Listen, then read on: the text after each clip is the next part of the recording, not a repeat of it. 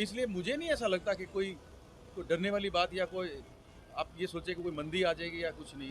काम करने वाले के लिए काम की कमी नहीं है। लोग कहते थे कि चाइना का कोई मुकाबला नहीं है। मैं दावे से कहता हूँ कि जो चाइना की क्वालिटी थी या जो चाइना के रेट, मैं लैंडिंग कॉस्ट की बात करता हूँ, वहाँ के रेट की बात नहीं करता हूँ, क्योंकि गवर्नमेंट की पॉलिसीज़ और यहाँ के खर्चों और वहाँ के खर्चों में बहुत अंतर है। ये जो सरकार आई है ये इस तरह के काम कर रही है, जैसे अभी आपने स्टार्टअप की बात की, ये पहले भी हो सकते थे, पहले सोचा भी जा सकता था, लेकिन किसी सरकार ने सोचा नहीं।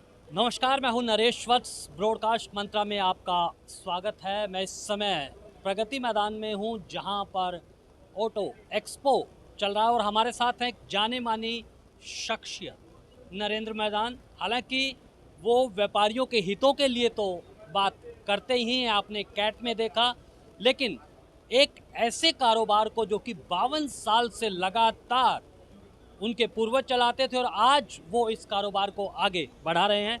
नरेंद्र जी, ऑटो एक्सपो में अगर हम देखें, किस तरह का रिस्पॉन्स आपको मिला है? देखिए, ऑटो एक्सपो जो है, हम लोग इसमें बहुत जल्दी से रिजल्ट की उम्मीद नहीं करते हैं। यहाँ क्या होता है कि कोई भी आदमी आता है, जैसे मान लीजिए आज जो भी दुकानदार, छोटा या बड़ा, उसके पास अपना जितनी उसकी रिक्वायरमेंट होती है वो पूरा फुल स्टॉक उनके पास होता है। यहाँ आके वो देखते हैं, समझते हैं, और फिर जैसे जैसे स्टॉक उनका रिलीज होता जाता है वैसे वैसे वो ऑर्डर देते हैं। या इनिशियल स्टेज पे वो एक प्रोजेक्ट के लिए हिसाब से समझ लें या एक पायलट ऑर्डर बना के वो दे जाते हैं, लेकिन जो मेन इसका बेनिफिट है वो हमें हफ्ता 10 दिन के बाद मिलता है, लेकिन मिलता है। उत्साह लगातार बढ़ रहा है। दो तरह की चीज़ें हो रही हैं। एक कह रहे हैं कि विश्व में आर्थिक मंदी जो है वो दस्तक दे रही है, भारत में भी एक वर्ग आशंका जता रहा है। क्या लगता है कि स्टार्टअप की बहार आई हुई है, स्टार्टअप लोग आ रहे हैं? अगर हम ऑटो इंडस्ट्री में देखें, क्या तस्वीर कह रही है? देखिए, ये नेगेटिव लोगों की सोच हो सकती है, ऐसा नहीं है। बहुत अच्छा रिस्पांस है, करने वाला होना चाहिए। आप देखिए, जो आइटमें मैं बनाता हूँ, ये जितनी आइटमें हैं ये सब चाइना से आती थी।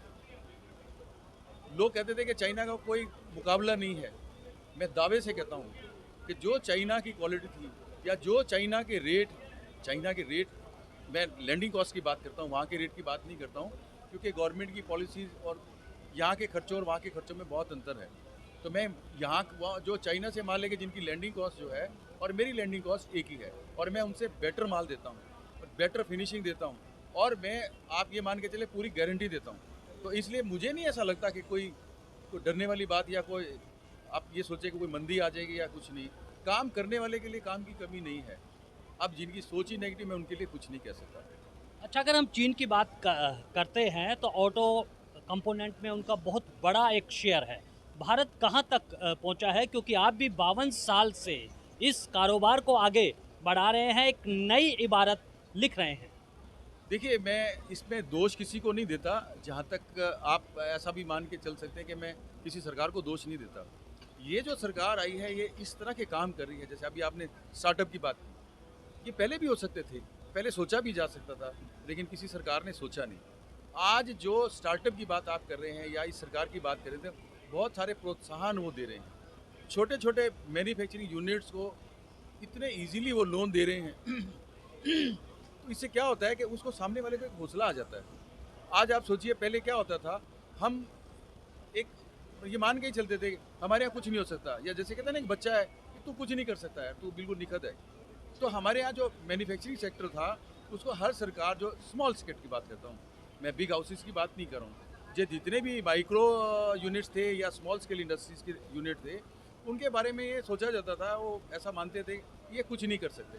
लेकिन आज उन्होंने बड़ी बड़ी इंडस्ट्री को, बड़े बड़े कॉर्पोरेट हाउसेस को हिला के रख दिया है। तो मेरा ऐसा मानना है कि ये इसी गति से चलते रहे तो वो दिन दूर नहीं कि चाइना को लोग भूल जाएंगे। लेकिन हाँ, आज भी हम बहुत सारी चीज़ों में, मतलब आप यूँ मान के चलें, कहने को जो मर्जी कहो, लेकिन आज भी हम 60% इम्पोर्ट जो है किसी ना किसी रूप में, चाहे हम यहाँ पे बनाते हैं, उसमें भी उनका बहुत बड़ा योगदान है। एक आखिरी सवाल है, ई कॉमर्स भविष्य का एक कारोबार का प्लेटफॉर्म है और बड़ी बड़ी कंपनियां अमेजोन से लेकर तमाम आ गई हैं और ट्रेड यूनियंस के जो लीडर्स हैं, जो व्यापारी के जो नेता हैं, वो भी अपना एक पोर्टल चला रहे हैं, लेकिन जो मध्यम व्यापारी है उसका तो दम निकलता जा रहा है।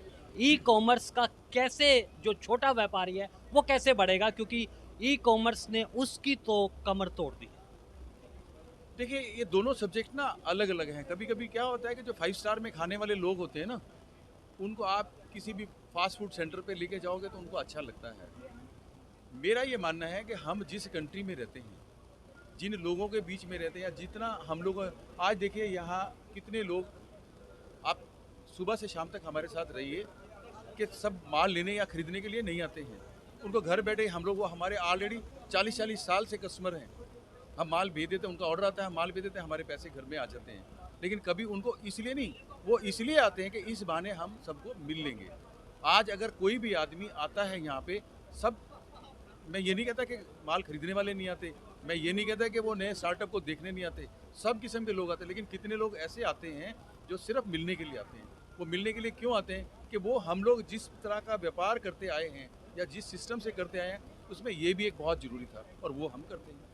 एक आखिरी सवाल है, मंत्रा क्या है? क्योंकि आज हर कोई सफल होना चाहता है और एक सफल बिजनेसमैन बनना क्या एक तुरंत का काम है या फिर 3 पीढ़ियां खप जाती हैं? नरेंद्र मैदान जी का अनुभव क्या कहता है? मेरा ये मानना है कि आपकी जो पहली पीढ़ी या आपके जो पूर्वज या आपके फादर फोर फादर जो भी हैं, जिन कदमों पे वो आपको राह दिखा के गए हैं ना, आप उन कदमों पे चलें। और बिजनेस में आपकी ईमानदारी, आपकी सोच, आपकी सच्चाई, आपकी सर्विस, ये बहुत पे करती है। जिन लोगों ने आज तरक्की की है, उनका यही एक कारण रहा, यही एक मूल मंत्र है कि आप ईमानदारी के साथ अपनी ड्यूटी करें और सामने वाला अपनी ईमानदारी से जरूर करता है। जरूर करता है, यानी मनसा कर्मा और वाचना, जैसा वो कहता है वैसा करता है। और उसका उदाहरण है वेलकम स्पेयर पार्ट्स, जिसकी एक तस्वीर, जिसकी एक वानगी यहाँ पर दिखाई गई है। और आप बने रहे ब्रॉडकास्ट मंत्रा के साथ।